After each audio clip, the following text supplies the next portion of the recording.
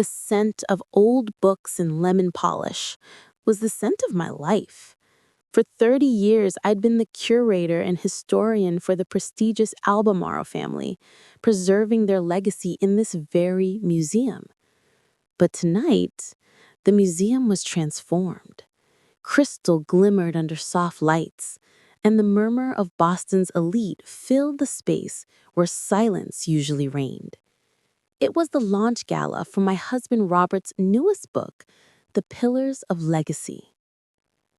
I stood by the 18th century maritime exhibit, smoothing the silk of my simple blue dress. It was the same shade Robert had once said matched my eyes. He was across the room, holding court. Robert, the celebrated historian, with his silver fox hair and a voice that could charm donors out of millions. He was flanked by the museum's bright young new director, Cassandra. And this vision, Robert was saying, his voice carrying, this entire reimagining of the American narrative wouldn't have been possible without Cassandra's fearless innovation. She sees the future, while I'm just a dusty old keeper of the past. The crowd laughed, adoring. Cassandra, 30 years his junior, placed a hand on his arm. "Oh, Robert, don't be modest. Your work is the foundation. I just opened the windows to let the light in." I felt a familiar pang. That was my line. Something I'd whispered to him 20 years ago when he was struggling with his first manuscript. History isn't a tomb, Robert. It's a house. You just have to open the windows and let the light in. An older gentleman, Lord Pembroke, a major donor, approached me. "Eleanor, my dear, another triumph for Robert. You must be so proud." "I am, Arthur. It's a remarkable book." He leaned in, his voice confidential. "Indeed, though between us, it's a departure from his earlier, more academic tone. This one has such fire, such a modern sensibility, almost as if he had a new muse." He meant it as a pleasantry, but the word muse hung in the air like poison. I watched as Cassandra laughed at something Robert said, her head thrown back, her hand still on his arm. He looked at her with the vitality I hadn't seen in him in a decade. That's when Arthur asked the question that would fracture my world. "Tell me, my dear, Robert's dedication page is famously cryptic, always a single initial. For E. That's you, of course, Eleanor.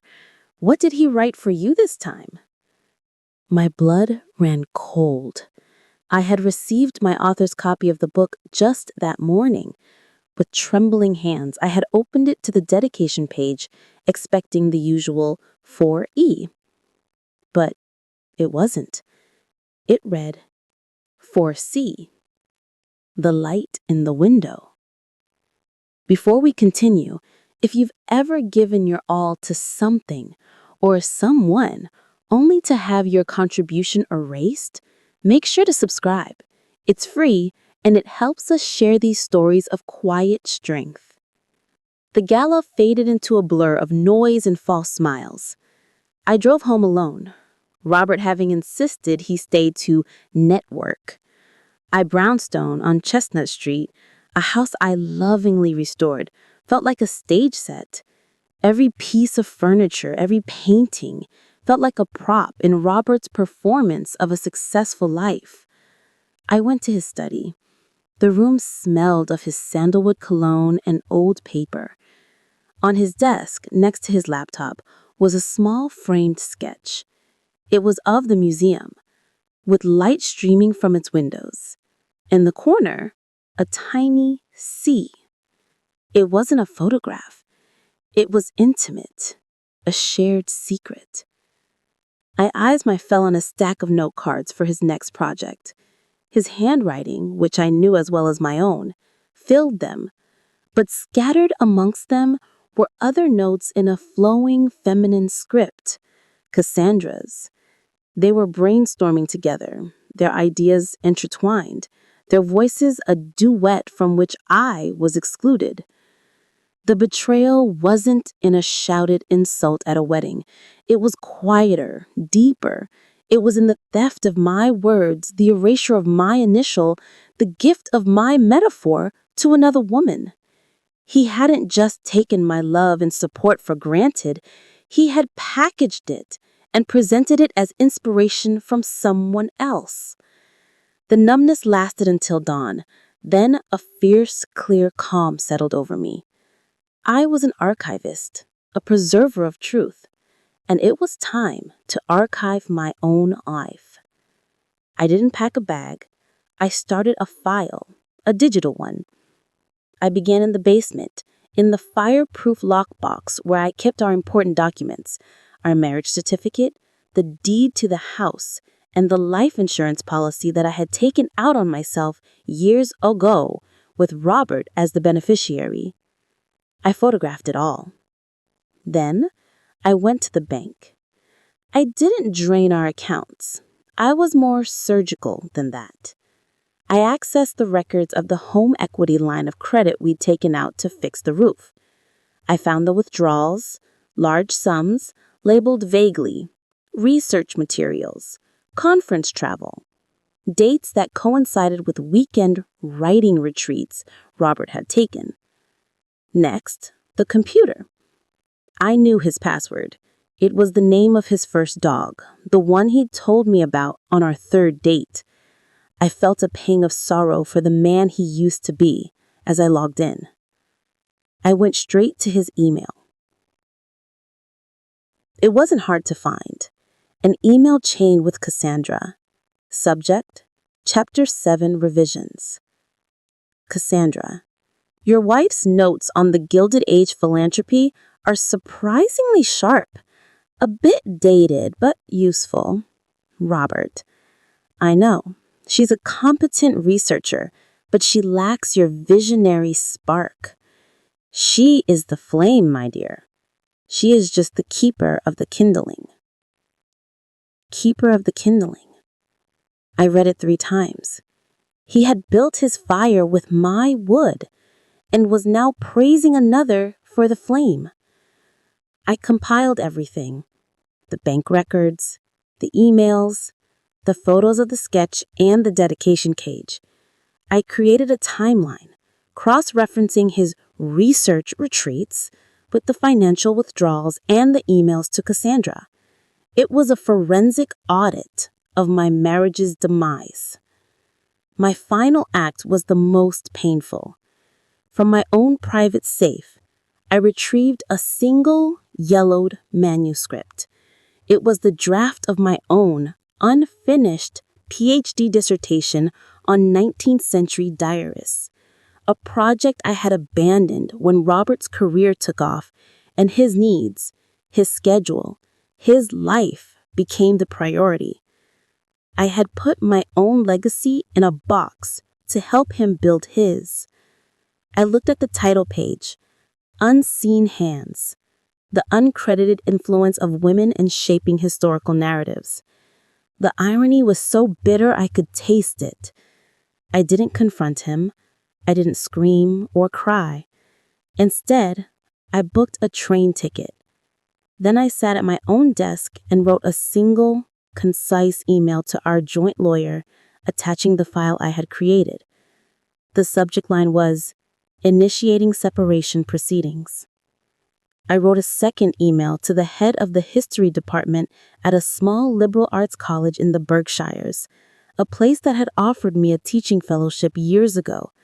I attached my CV and a brief, hopeful note. As the sun rose fully, casting long shadows across the life I was about to leave, I picked up my purse and my laptop bag.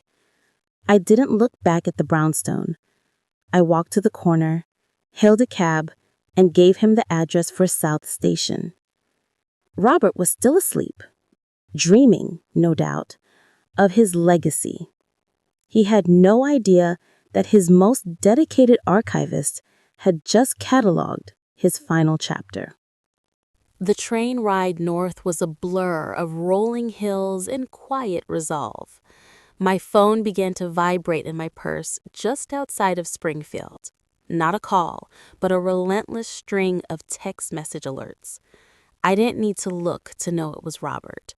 The rhythm of the notifications, first confused, then irritated, then panicked, was a story I could read without opening the book.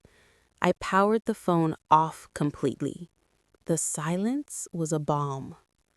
My sister, Helen, was waiting on the platform in Stockbridge, her pickup truck idling.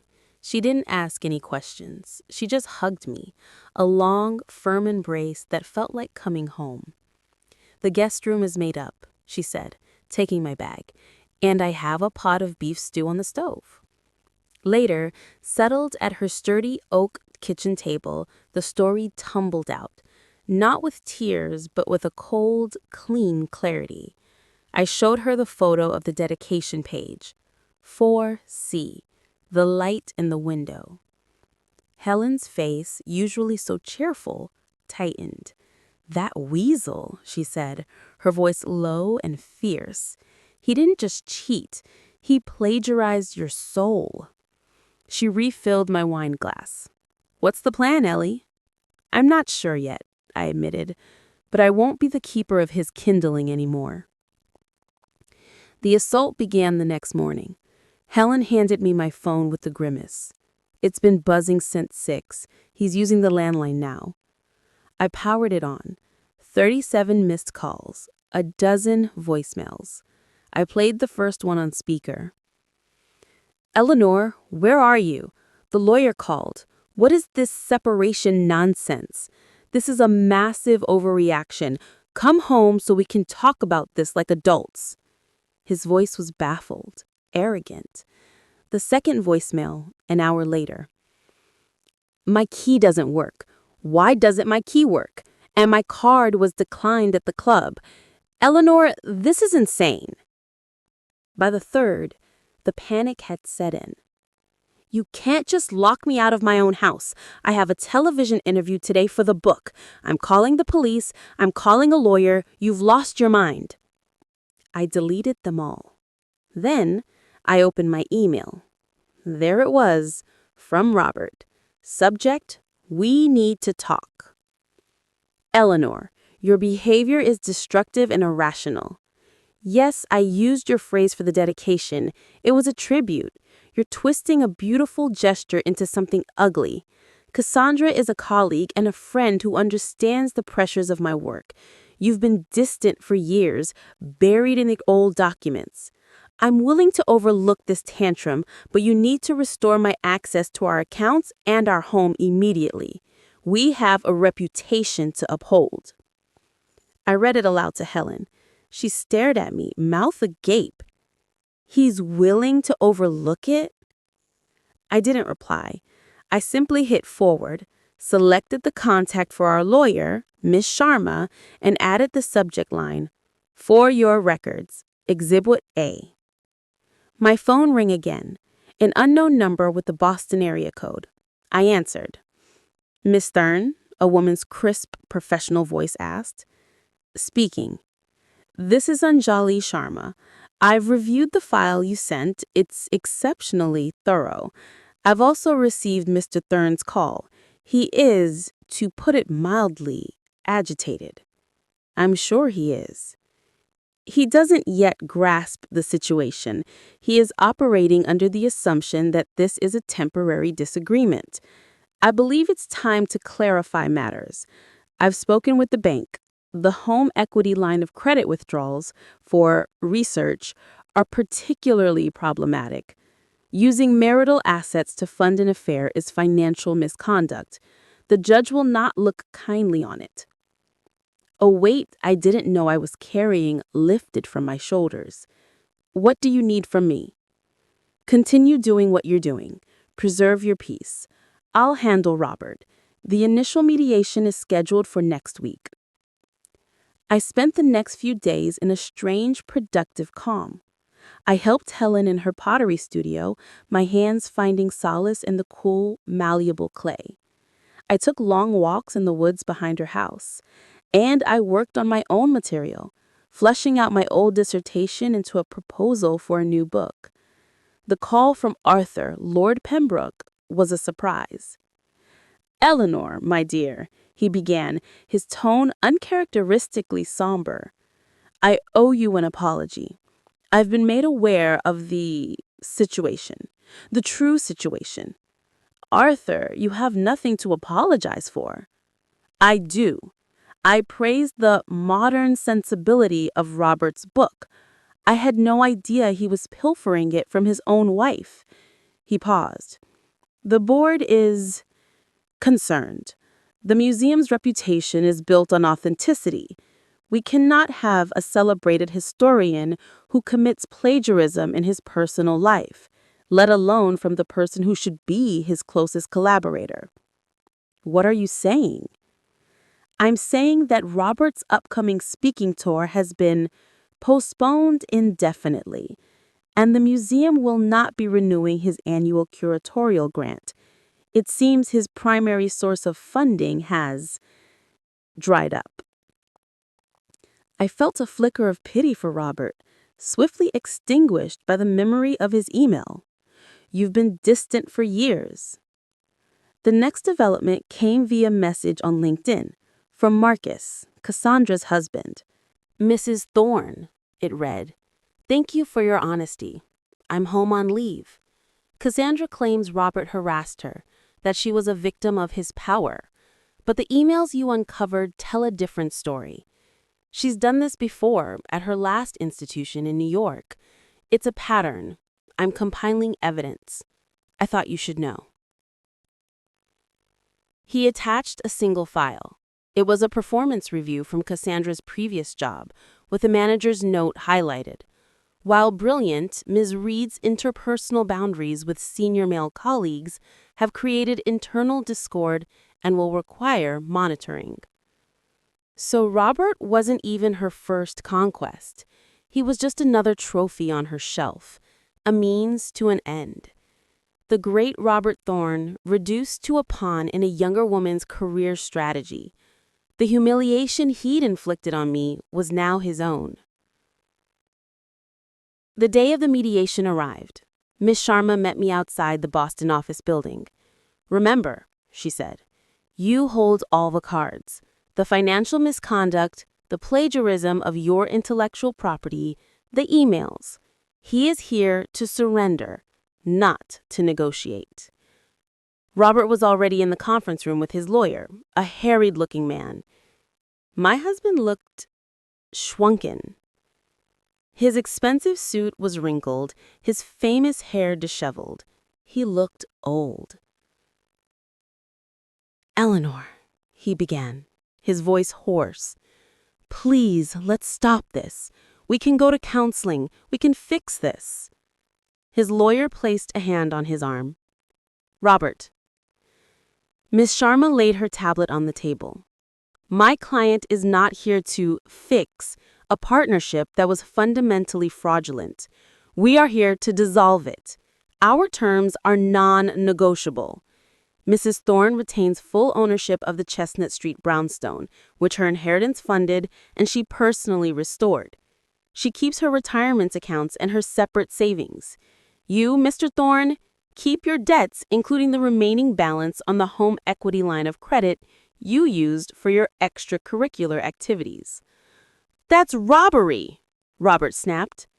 "No," I said, speaking for the first time. My voice was quiet but clear in the sterile room. "It's restitution. You used our shared assets to fund your affair. You used my ideas to fuel your career. You called me the keeper of the Kindling. Well, the fire is out, Robert." His face crumpled. He finally saw it. The evidence was too great. The architecture of his deception laid bare. "They've frozen my grant," he whispered, not to me, but to the table. "The university is talking about revoking my emeritus status. Cassandra is telling people I pressured her. I'm sure she is. But you and I know the truth. You weren't a victim. You were a willing participant. You traded our life for a few compliments from a younger woman. You traded my legacy for a flattering dedication. There was nothing left to say. We finalized the paperwork in silence. As I stood to leave, Robert looked up at me, his eyes desperate. Eleanor, what should I do?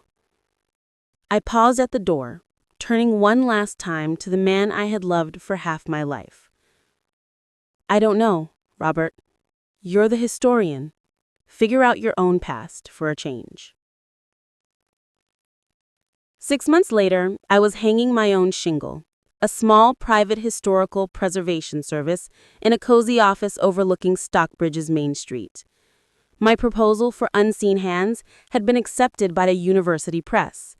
I was no one's muse, no one's Kindling. I was the archivist of my own life, and the narrative was finally my own. Helen came in, holding a package. This came for you, special delivery.